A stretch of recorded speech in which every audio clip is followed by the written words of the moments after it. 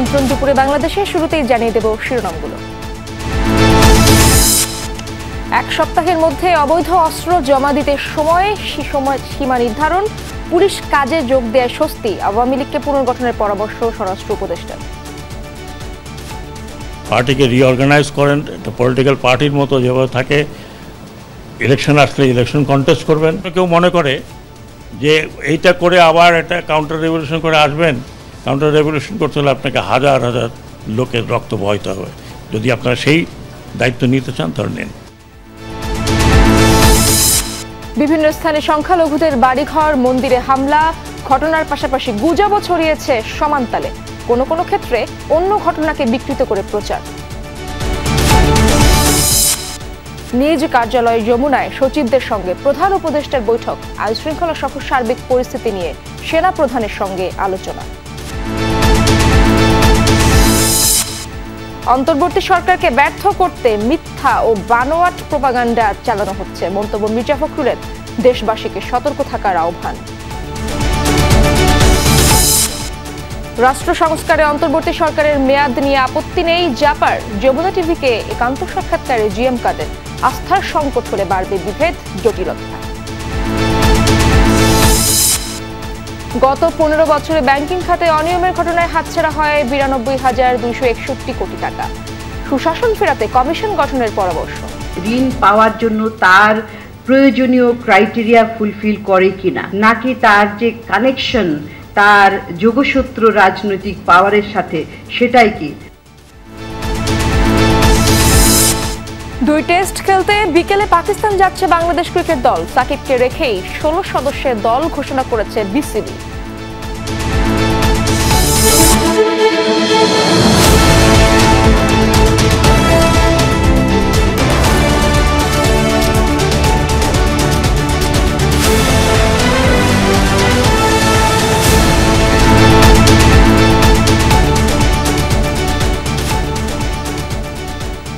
দেখছিলেন শিরোনামগুলো। এছাড়াও দেশ বিদেশের আরো খবর নিয়ে দুপুরে বাংলাদেশে আপনাদের সঙ্গে আছি আমি ইশরাত জাহান।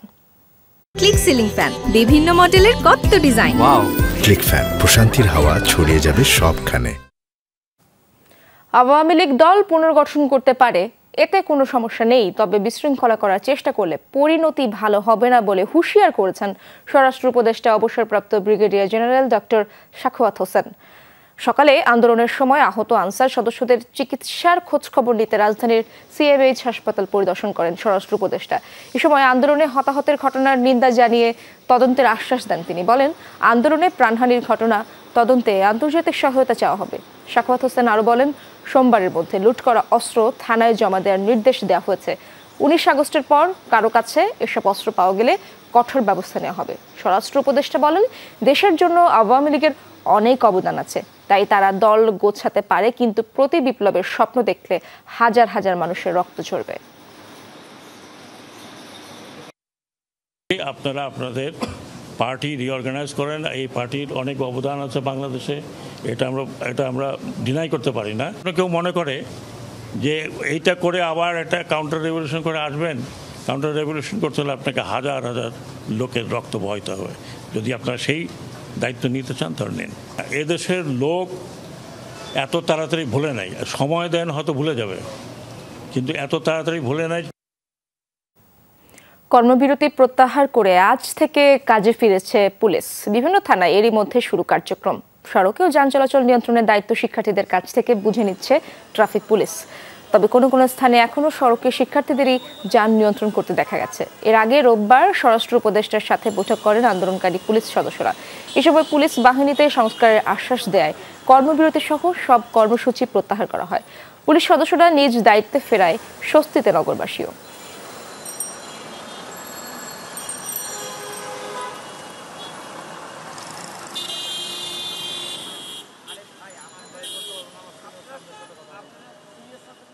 স্টুডেন্টরা যে কাজ করছে আলহামদুলিল্লাহ আমরা ভালো পাইতেছি, ঠিক আছে। কিন্তু ট্রাফিক হইবে কাজ করে আলহামদুলিল্লাহ আমরাও ভালো পাবো। এই ট্রাফিক পুলিশ নামছে, আমাকে উপকার হয়েছে।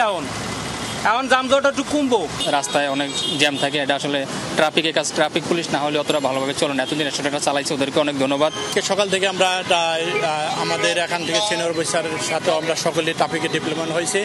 আমরা স্বতঃস্ফূর্তভাবে কাজ করতেছি, জনগণ আমাদের সব দিক দিয়ে হেল্প করতেছে।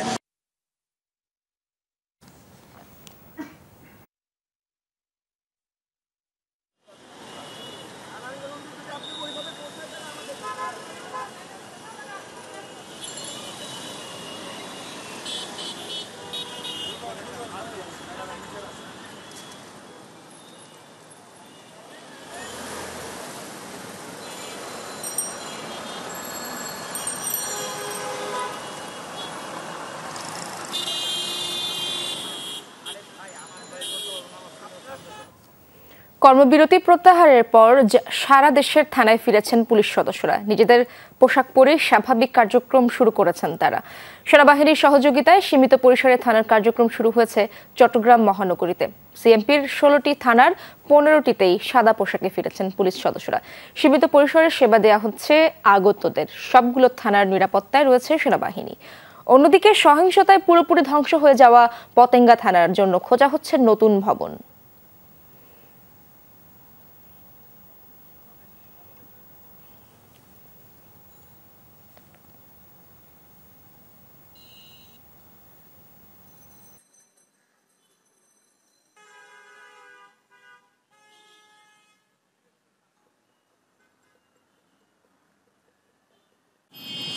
প্রায় 7 দিন পর ঝিনাইদহ সড়কে কাজ শুরু করেছে ট্রাফিক পুলিশ সদস্যরা। সকাল থেকে জেলা শহরের পায়রা চত্বর, পোস্ট অফিস মোড়, আরাবপুর সহ গুরুত্বপূর্ণ স্থানে ট্রাফিক পুলিশের সদস্যরা কাজ শুরু করেন। এছাড়া 6 উপজেলার 40টি গুরুত্বপূর্ণ স্থানেও সেবা দেবেন তারা।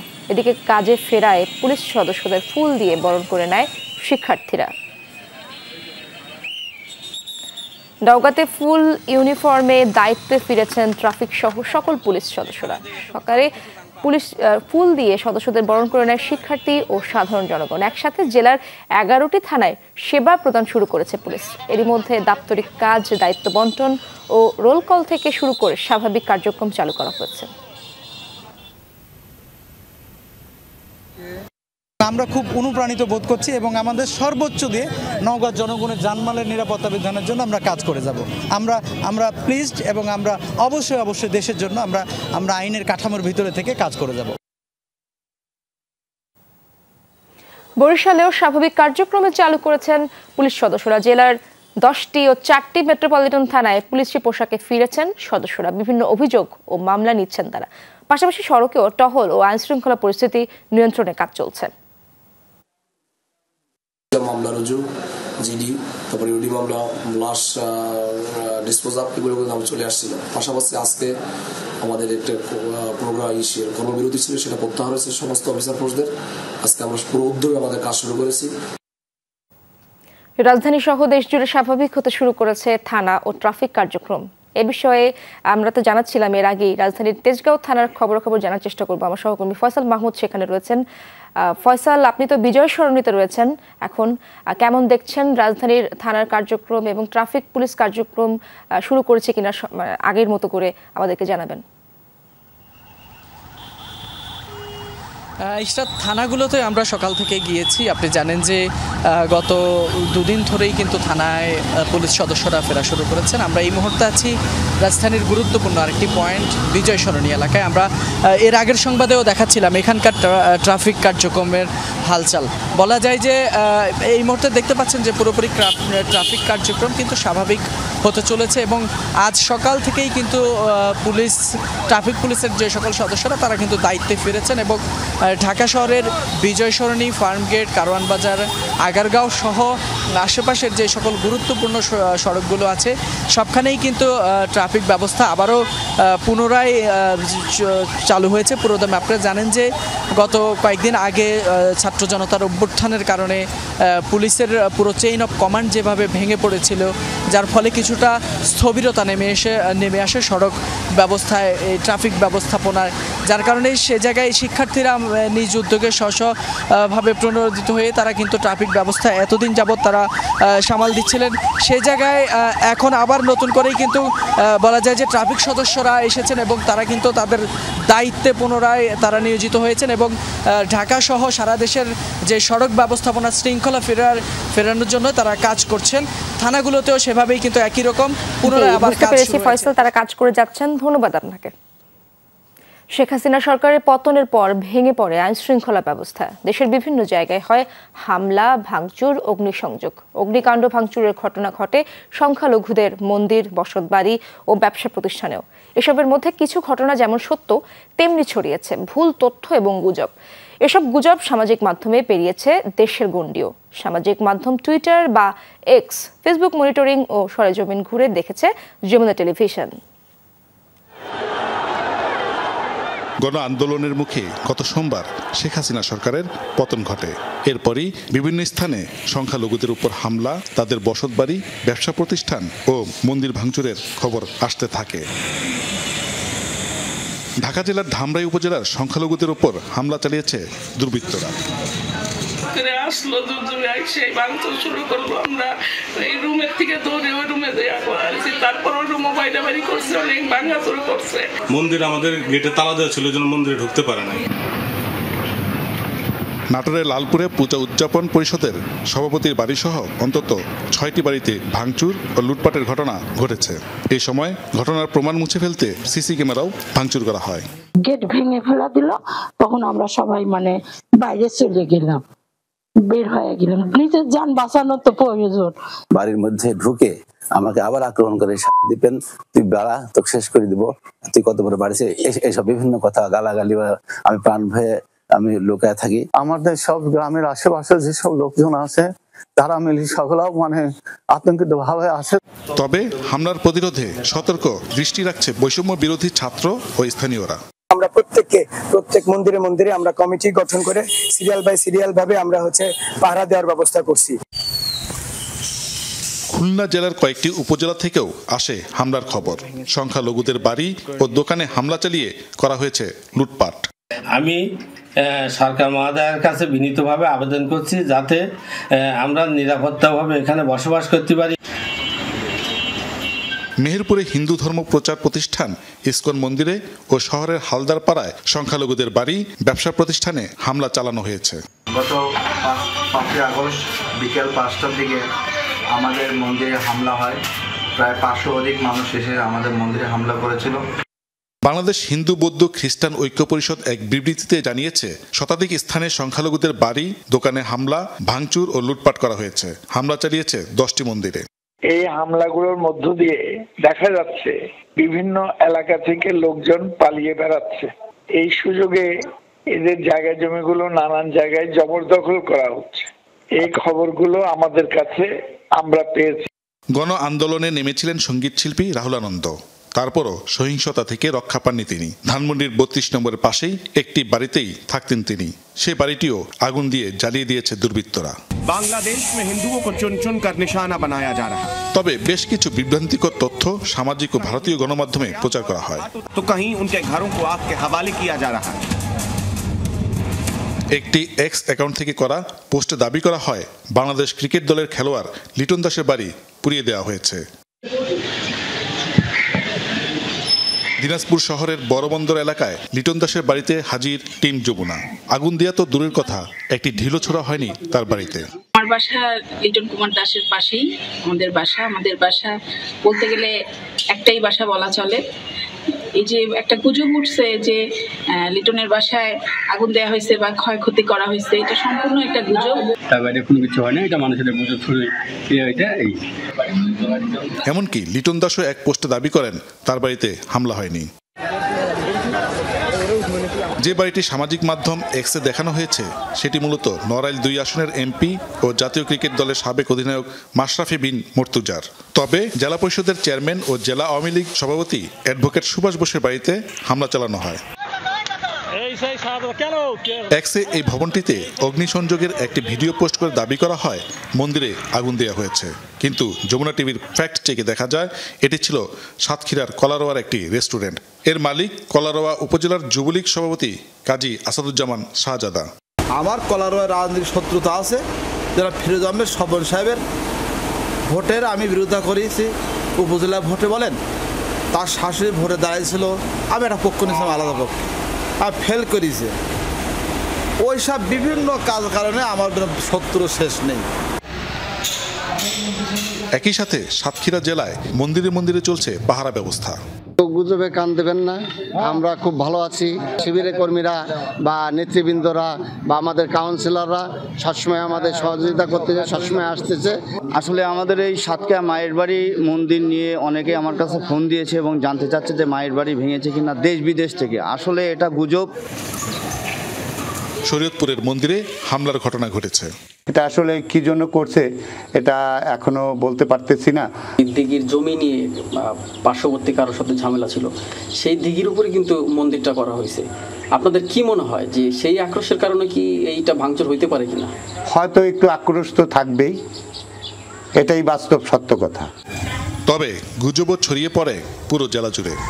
এখানে হিন্দুদের উপরে বা কোন মন্দিরের উপরে আক্রমণ হয়েছে এটা আমরা দেখি নেই। তবে রিউমার আমরা শুনছি যে মন্দির জ্বালাই দিছে, সেখান থেকে আবার আমরা আইনজীবীদের নিয়েও আমরা সেখানে গেছি, যাই দেখছি যে সেখানে জ্বালাইছি কিনা। পরে দেখছে না, এখানে কোনো আক্রমণ এরকম উদ্দেশ্যমূলক কোনো আক্রমণ এখানে হয়নি। রংপুরে বিভিন্ন স্থানে মন্দির ভাঙচুরের খবর পাওয়া গেলেও পরে হিন্দু সমাজের দাবি সংখ্যালঘু হিসেবে কারো বাড়িতে হামলা চালানো হয়নি। সেদিন থেকে এই প্রচার, মিথ্যা প্রচার এবং প্রোপাগান্ডা চালাচ্ছে আমাদের সম্প্রদায়কে ঘিরে, সনাতন সম্প্রদায়কে ঘিরে। আমি দায়িত্ব নিয়ে বলতে চাই, রংপুর মহানগরে এরকম কোনো ঘটনা ঘটে নাই। আমি বলছি রংপুর জেলা থেকে কোনো সংখ্যালঘু বা হিন্দু সম্প্রদায়ের লোকজন ভারতমুখী হয়নি।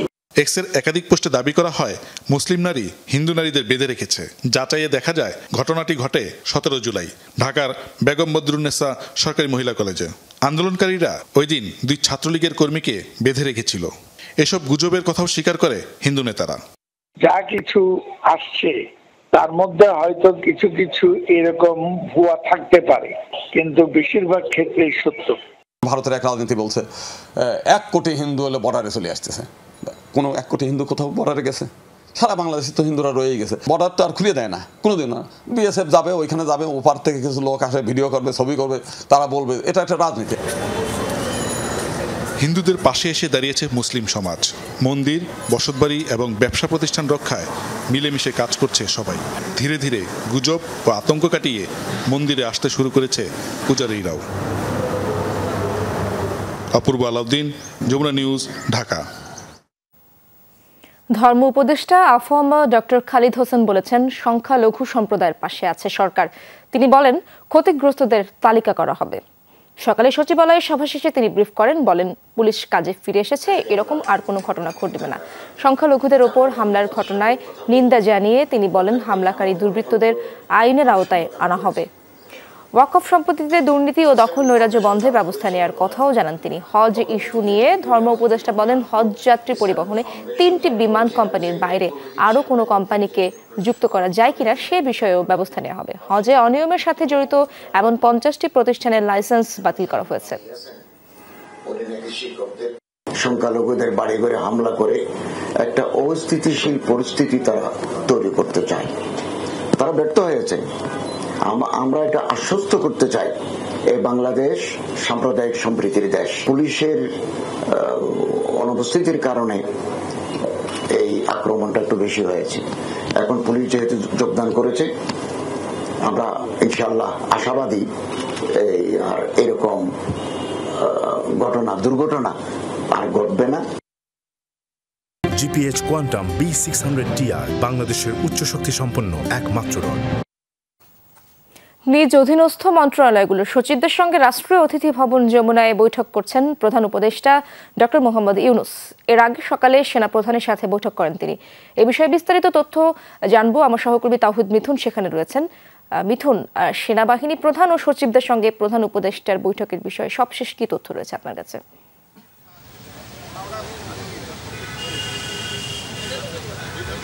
আসলে এই মুহূর্তে যদি পেছনে আমরা দেখতে পাচ্ছি যে গাড়ি সচিবদের যে গাড়িগুলো বাইরে অপেক্ষমান তারা ভেতরে প্রবেশের জন্য প্রস্তুত হচ্ছেন। তার মানে বৈঠক প্রায় শেষ বলাই যায়।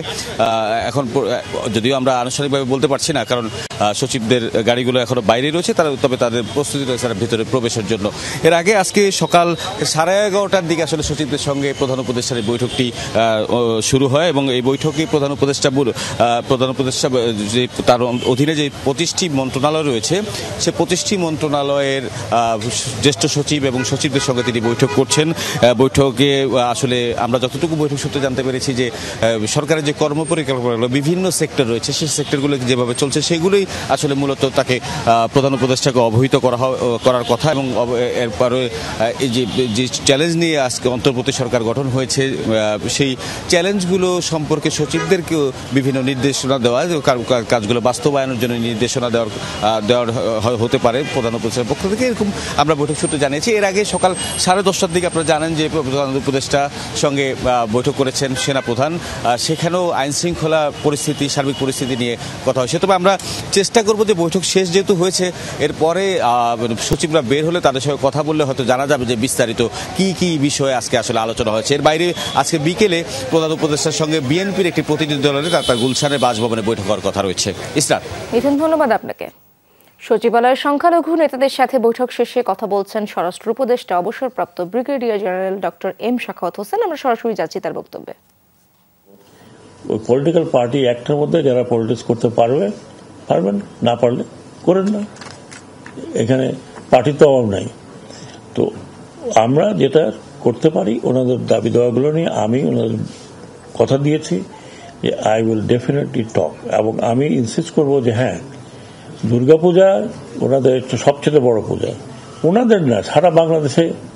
এই আপনাদের যন্ত্রণা তো ঢুকতেও পারি না দুর্গাপুজোর মণ্ডপের মধ্যে। হ্যাঁ, কিন্তু দুর্গাপুজোর মণ্ডপে তো আপনার সারাদিন সকাল থেকে বিকাল থাকেন, ভালো ভালো খান। এই জন্য যাই হোক আমি বলেছি যে যে যে আমার তরফ থেকে এই মন্ত্রণালয়ের তরফ থেকে আমি স্ট্রংলি রেকমেন্ড করব যে অন্তত দুর্গাপূজায় 3 দিন ছুটি হয়, 3 দিন না হলে মিনিমাম 2 দিন যেন ছুটি হয়। তো কারণ অনেকে ঠিকই বলেছেন যে একদিন ছুটি হয়, তার আগের দিন যে ইস্যু হয়, যারা চাকরি বাকরি করে তারা যেতে পারে না। এটা আমার মনে খুব জেনুইন, কোনো ইনজেনুইন ব্যাপার না। তো আরও যেগুলো আছে ওনারা বলছেন সেগুলো definitely take up with the cabinet. আমি এখানে কথা বলে ওনাদের চা খাওয়ায় বিদায় দিলাম, তারপর ভুলে গেলাম it is not going to be there. এখানে ডিজি বিজিবি আছেন, হ্যাঁ, উনি আমার একদম মানে অনুতুল্য। উনি নিজে আমাকে বলেছেন ভলান্টিয়ারলি যে ওনাদের যে সামনে পূজা আছে, যেটা জন্মাষ্টমীর পূজাতে দরকার হলে এই বিজিবি যা দরকার হয় নিরাপত্তা, একদম নিবিড় নিরাপত্তা না। আর আপনারা শোনেন 3 স্তর 4 স্তর, কোনো 4-5 স্তর নাই, নিবিড় নিরাপত্তা দিবে যাতে কোনো ধরনের কিছু না হয়। আমরা এখনই ডাইরেক্টিভ পাঠিয়ে দেবো ডিস্ট্রিক্টগুলোতে যে ডিসি সাহেবরা ওনারা দায়িত্ব নেবেন যেখানে যেখানে হবে, যতটুকু নিরাপত্তা দেওয়া দরকার। যদি পুলিশ কম হয় তাহলে অন্য কাউকে নিয়ে আসবেন, আনসার নিয়ে আসলে ডিস্ট্রিক্টে আমাদের যেখানে রিজনাল হেডকোয়ার্টার আছে, বিজিবির রিজনাল হেডকোয়ার্টার আছে, ওনারা চাইলে ওনারা ডেফিনেটলি পাবেন। আমি চাই না যে কোনো রকমের কোনো কি বলে থার্ড কলামিস্ট একটা কিছু করে আমাদের বদনাম করুক, দেশের বদনাম করুক, সেটা ওনারাও চান না। এবং এই যে বলে যে ওদিকে চলে যাব, তো ওনারাও জানেন ওখানে গেলে সেকেন্ড ক্লাস সিটিজেন হয়ে কেউ থাকতে চায়, নিজের দেশের মধ্যে থাকতে চায়।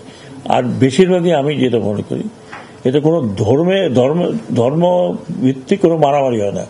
মারামারি হয় ওকে ভাগায় দিলে ওর জমিটা দখল করতে পারবো, এটা হলো পলিটিক্যাল লোকজন করে। পুকুর দখল করব, জমি দখল করব, আর ভিটা দখল করব। তো এইটা তো আমাদের শুধু যে মাইনরিটির প্রবলেম না, এটা তো আমাদের গরিব মানুষকে ধাক্কায় বাইর করে দেয়, জমি দখল করতে। এই কয়েকদিন আগে আমাকে একজন ফোন করছে, আজকে সকালে, ওনার কত কাঠা জমি ছিল one of the retired air force officer, এই মাটি কাটার ওখানে, বলে আমি 14 বছর আগে কিনছি।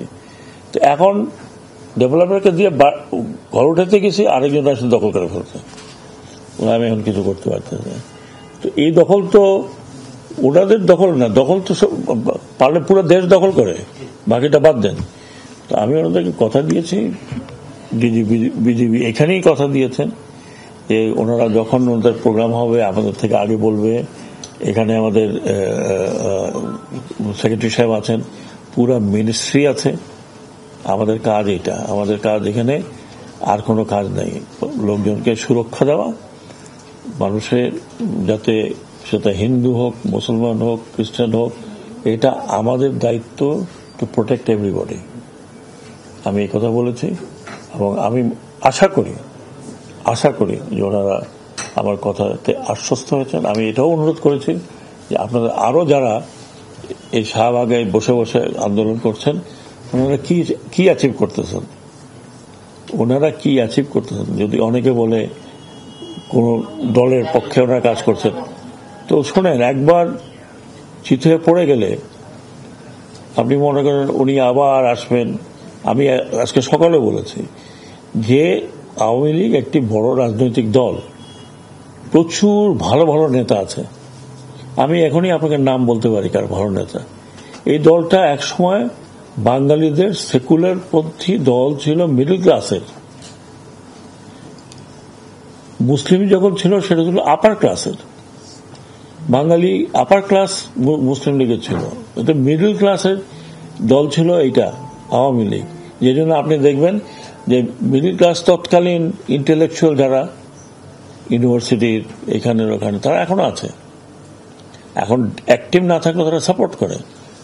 একটা দলকে আপনি এত বড় মানুষের দল যিনি এদেশ স্বাধীন করেছেন, এতে তো কোনো সন্দেহ নাই, কারো সন্দেহ থাকার কথা না। উনি স্বাধীনতার নেতৃত্ব দিয়ে ওনার নামে মুক্তিযুদ্ধ হয়েছে, স্বাধীনতা হয়েছে, তারপরে তা বাকিটি সেই দল এরকম ভাবে ভেঙে পড়ে যাবে যে লোকে এখন লুকিয়ে বেড়াচ্ছে যে আবার পেলেটা কি জানি হয়। আমি ওনাদেরকেও আশা দিচ্ছি, কথা দিচ্ছি যে আপনারা দল গুছিয়ে নেন, আপনাদের দলকে তোকে ব্যান করা নেই। আর এই ব্যান করাটা একটা দলের ব্যান করা, আনলেস সে যদি ওই ধরনের জঙ্গি না হয়, যে কোনো দল পলিটিক্যাল পার্টি ব্যান করা with a bad culture, very bad culture. এখন আপনারা অনেকেই বলতে পারেন আমি একটু বেশি কথা বলি, শিওর, আই লাভ টকিং। আপনারা অনেকে বলে যে জার্মানিতে নাৎসি পার্টি ব্যান করা হয়েছিল। ইয়েস, সেটা করা হয়েছিল ইন দ্য কনস্টিটিউশন। যে নাৎসি পার্টি বলে কোনো পার্টি কনস্টিটিউশনে দেওয়া আছে, কোনো পার্টি বিশ্বয়ে কোথাও এই পার্টি হবে না, ইন জার্মান কনস্টিটিউশন। তার মানে আপনি নাৎসিদের বা নাজিদের বোঝেন, তাদের ফ্ল্যাগ, তাদের সিম্বল, তাদের কোনো কিছু যদি কেউ ধারণ করেন, ইল বি পানিশেবল।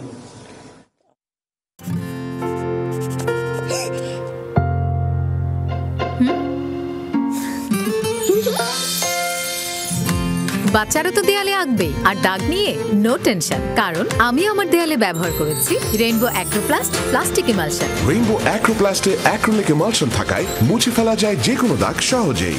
আর স্পেশাল অ্যাডিটিভস দেয়ালকে ফাঙ্গাল মুক্ত রাখে বছরের পর বছর। দেয়ালে দাগ নিয়ে নো টেনশন থাকলে Rainbow Acroplast emulsion. Rainbow paints, the colour of joy. অস্থিরতা না কমলে শিক্ষার্থীদের স্কুলে পাঠানো নিয়ে শঙ্কায় অভিভাবকরা। সবার সাথে আলোচনা করে স্কুল খোলার সিদ্ধান্ত নেওয়া হবে, জানিয়েছেন প্রাথমিক ও গণশিক্ষা উপদেষ্টা বিধান চন্দ্র পোদ্দার। সকালে সচিবালয়ে প্রথম কর্মদিবসে মতবিনিময় সভায় তিনি আরও বলেন, একটি বিশেষ মুহূর্তে সরকার গঠিত হয়েছে, শিক্ষার্থীদের দাবি অনুযায়ী কাজ করবে এই সরকার। তিনি বলেন, দ্রুতই কর্মকৌশল ঠিক করা হবে, সবার সহযোগিতা নিয়ে কাজ করবেন বলেও জানান এই উপদেষ্টা। বিধান চন্দ্র পোদ্দার বলেন, শিক্ষার্থীদের ব্যক্তি জীবন গড়ার ক্ষেত্রে শিক্ষা প্রধান ভূমিকা রাখে। শিক্ষার্থীদের সুনাগরিক হিসেবে গড়ে তুলতে প্রাথমিক শিক্ষার মানোন্নয়ন করা জরুরি। বিভিন্ন গণমাধ্যমের সামগ্রিকভাবে একটা অস্থিরতা তৈরি হয়েছে, আর বাচ্চারা খুব ছোট, ফলে যদি অস্থিরতা কম না কমে সমস্যাগুলো থাকে, তাহলে তো মানুষজন বাচ্চাদের স্কুলে পাঠাতেও আগ্রহ বোধ করে না। ডিক্লেয়ার দিলেই তো হয় ব্যাপারটা। সেই জন্যই এই বিষয়টা ঠিক করে আমরা আরো জানাবো। নতুন অন্তর্বর্তীকালীন সরকারকে ব্যর্থ করতে মিথ্যা ও বানোয়াট প্রোপাগান্ডা চালানো হচ্ছে, এমন মন্তব্য করেছেন বিএনপি মহাসচিব মির্জা ফখরুল ইসলাম আলমগীর। এসব বিষয়ে দেশের সব শ্রেণী পেশার মানুষকে সতর্ক থাকার আহ্বান জানান তিনি। সকালে আরাফাত রহমান কোকোর জন্মবার্ষিকী উপলক্ষে বনানী কবরস্থানে শ্রদ্ধা জানানোর শেষে এসব কথা বলেন। এ সময় তিনি বলেন, রাজনৈতিক দলগুলো গণতন্ত্রের জন্য দীর্ঘ সময় অনেক ত্যাগ স্বীকার করেছে। সেই ত্যাগ এবার ছাত্র জনতার গণ অভ্যুত্থানের মধ্য দিয়ে পূরণ হয়েছে।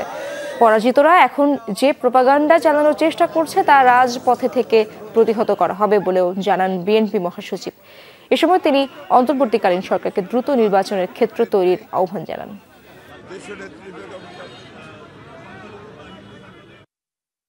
আমি অনুরোধ করব ইন্টারিম গভর্নমেন্টকে যে অতি দ্রুত নির্বাচনের জন্য একটা ক্ষেত্র তৈরি করা, প্রতি বিপ্লবের যে আশঙ্কা সেই আশঙ্কা থেকে দেশে মুক্ত করবার জন্য অত্যন্ত সজাগ থেকে রাস্তায় থেকে আমি সেই তাদের যে চক্রান্ত শুরু হয়েছে সেই চক্রান্তকে প্রতিরোধ করবার সকল ব্যবস্থা গ্রহণ করবেন। জনগণের কাছে আমার এই হচ্ছে প্রত্যাশা। GPH কোয়ান্টাম B600TR বাংলাদেশের উচ্চ শক্তি সম্পন্ন একমাত্র রড। রাষ্ট্র সংস্কারের কাজ দ্রুত দৃশ্যমান হলে অন্তর্বর্তীকালীন সরকারের মেয়াদ নিয়ে আপত্তি নেই জাতীয় পার্টির। তবে দীর্ঘমেয়াদে কাজ করতে হলে রাজনৈতিক দলগুলোকে এড়িয়ে যাওয়া ঠিক হবে না বলে মনে করেন দলটির চেয়ারম্যান GM কাদের।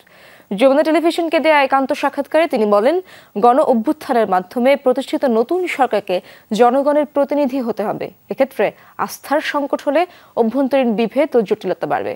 অর্থনীতি চাঙ্গা করা এই মুহূর্তে সরকারের জন্য বড় চ্যালেঞ্জ বলেও মনে করেন GM কাদের। তার সাথে কথা বলেছেন সহকর্মী লাভলি বিথি। সরাসরি যাচ্ছি তার কাছে। শান্তিতে নোবেল বিজয়ী ডক্টর মোহাম্মদ ইউনূসকে প্রধান উপদেষ্টা করে 17 সদস্যের অন্তর্বর্তীকালীন সরকার গঠিত হয় 8 আগস্ট। অন্তর্বর্তীকালীন সরকারের প্রধান উপদেষ্টা পদের কিন্তু কতদিন ক্ষমতায় থাকবে এই সরকার? এরই মধ্যে বিএনপি সহ বেশ কয়েকটি দল 3 মাস পর নির্বাচনের দাবি জানিয়েছে, কিন্তু জাতীয় পার্টি এর সাথে একমত না। দলটির চেয়ারম্যান মনে করেন, আইন, প্রশাসন ও বিচার বিভাগ সংস্কার সহ অংশগ্রহণমূলক নির্বাচনী পরিবেশ নিশ্চিতে দীর্ঘ সময় প্রয়োজন। আওয়ামী লীগ এক দল, জনগণ এক দল, এইভাবে একটা পজিশন সৃষ্টি করেছিল, এটাকে ভেঙে ফেলতে হবে। তবে রাষ্ট্র সংস্কারে দীর্ঘ সময় ক্ষমতায় থাকতে হলে রাজনৈতিক দলগুলোর পরামর্শ নেওয়ার উপর জোর দিয়েছেন GM কাদের। ওনারা যেভাবে আমাদের সহযোগিতা চাইবেন আমরা করব, তবে ওনাদেরকে এই সব প্রত্যাশা পূরণ করতে হবে at the shortest possible time. সঠিক full time government, full time system will have to function as early as possible. This is an abnormal situation, we want to go to the normal situation as fast as possible. ওনাদের কিন্তু একেবারেই রাজনৈতিক শক্তিকে ignore করে উনি বেশি দিন ওনাদের এটা টাইম নেওয়া ঠিক হবে না, কেননা রাজনৈতিক শক্তিগুলি চাইবে যে তারা মেইন রোলে চলে আসুক। জাতীয় পার্টি প্রধান বলেন, রাষ্ট্র সংস্কারে অন্তর্বর্তীকালীন সংস্কারের কার্যক্রম দৃশ্যমান হতে হবে। এক্ষেত্রে দ্রুত রূপকল্প না দিলে মানুষ হতাশ হবে, বাড়তে পারে সাংবিধানিক ও অভ্যন্তরীণ সংকট। কিন্তু সময়টা যে তারা কাজে লাগাচ্ছেন, তারা যে সঠিক পথে যাচ্ছেন, এটা তাদেরকে দৃশ্যমান করতে হবে। ওনারা অনেক বেশি সময় নিচ্ছেন, অন্য কাজ করছেন, এইসব দিক করছেন না, যেটার জন্য ওনাদেরকে আমরা আনলাম সেটা করছেন না। এই ধরনের যদি জনগণের মধ্যে একটা কোনো সময় সংশয় সৃষ্টি হয়, তাহলে ওনাদের জন্য আমি মনে করি টিকে থাকার সমস্যা হবে। রাজনৈতিক দলগুলি তখন সবাই মিলেই এটা প্রেশার দেবে, এবং সেই পরিপ্রেক্ষিতে যেই রকমই যতটুকুই হোক সেখানেই একটা নির্বাচন দিতে হবে। মন্ত্রণালয়ের কার্যক্রম মনিটরিংয়ে সহ উপদেষ্টা নিয়োগের সিদ্ধান্ত হয়েছে, তবে তারা যেন অযাচিত হস্তক্ষেপ না করেন এ নিয়ে সতর্ক থাকার পরামর্শ GM কাদেরের। কে কোথায় ভাগ বাটোয়ারা, যেই সিস্টেমগুলো দীর্ঘদিন থেকে চলে আসছে দেখে আসছে, ওই ধরনের সিস্টেমটা বন্ধ করার জন্য যদি ওনারা থাকেন, it is well and good. তবে ইন্টারফারেন্স শুড বি লিমিটেড। যেটা সাবজেক্ট উনি বুঝেন সেইটুকু ইন্টারফারেন্স করা উচিত। অনেক টেকনিক্যালিটিস আছে যেগুলো ওনারা হয়তো বুঝবেন না, ওনারা বোঝার চেষ্টা করতে হবে।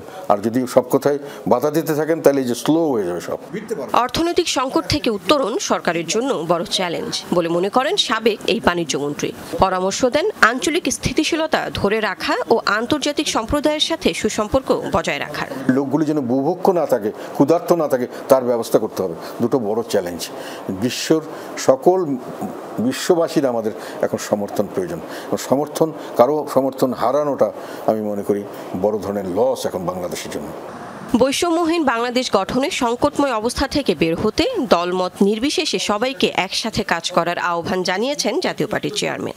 যে মুহূর্তে সমর্থন কমতে থাকবে, তো এই শক্তি কমতে থাকবে। লাভলি বিথি, যমুনা নিউজ, ঢাকা। অনেক ব্যাংক এখন ক্লিনিক্যালি ডেড, প্রণোদনা দিয়ে বাঁচিয়ে রাখা হয়েছে, এমন মন্তব্য করেছে সিপিডি। সকালে নিজস্ব কার্যালয়ে ব্যাংকিং খাতে সুশাসন ফিরিয়ে আনতে করণীয় বিষয়ে ব্রিফিং এর আয়োজন করে সংস্থাটি। বলছে যেসব ব্যাংক দেউলিয়া হওয়ার পথে সেগুলোকে বন্ধ করে দেওয়ার সুযোগ দিতে হবে।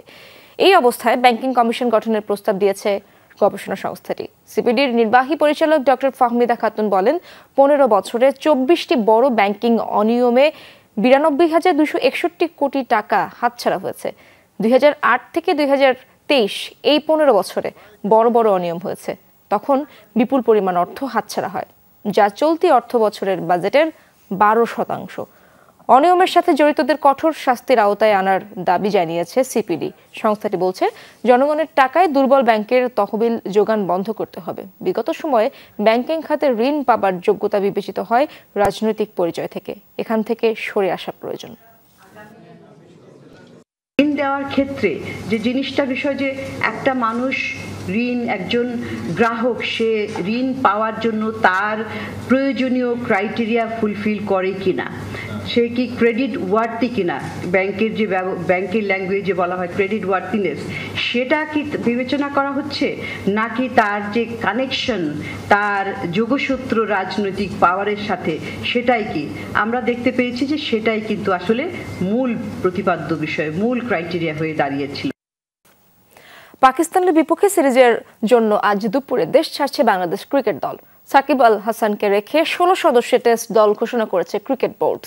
অধিনায়ক নাজমুল শান্ত সহ দলের বাকি সদস্যরা হলেন মাহমুদুল হাসান জয়, জাকির হাসান, সাদমান ইসলাম, মুমিনুল হক, মুশফিকুর রহিম, সাকিব আল হাসান, লিটন কুমার দাস, মেহেদি মিরাজ, তাইজুল ইসলাম, নাইম হাসান, নাহিদ রানা, শরীফুল ইসলাম, হাসান মাহমুদ, তাসকিন আহমেদ ও খালেদ আহমেদ। ইতোমধ্যেই মুমিনুল ও মুশফিক এ দলের সাথে পাকিস্তানে গেছেন। সাকিব কানাডা থেকে সরাসরি আসবেন পাকিস্তানে। আজ বিকেল 3:45 দেশ ছাড়বে ক্রিকেট দল। ক্রিকেটার ও কোচিং স্টাফ মিলে 18 জনের দল যাচ্ছে আজ। 21 আগস্ট রাওয়ালপিন্ডিতে শুরু হবে প্রথম টেস্ট। দর্শক, দুপুরে বাংলাদেশের প্রথম ঘন্টা থেকে বিদায় নিচ্ছি। পরের ঘন্টার খবর নিয়ে ফিরবেন সহকর্মী শাওন দত্ত। সাথেই থাকুন।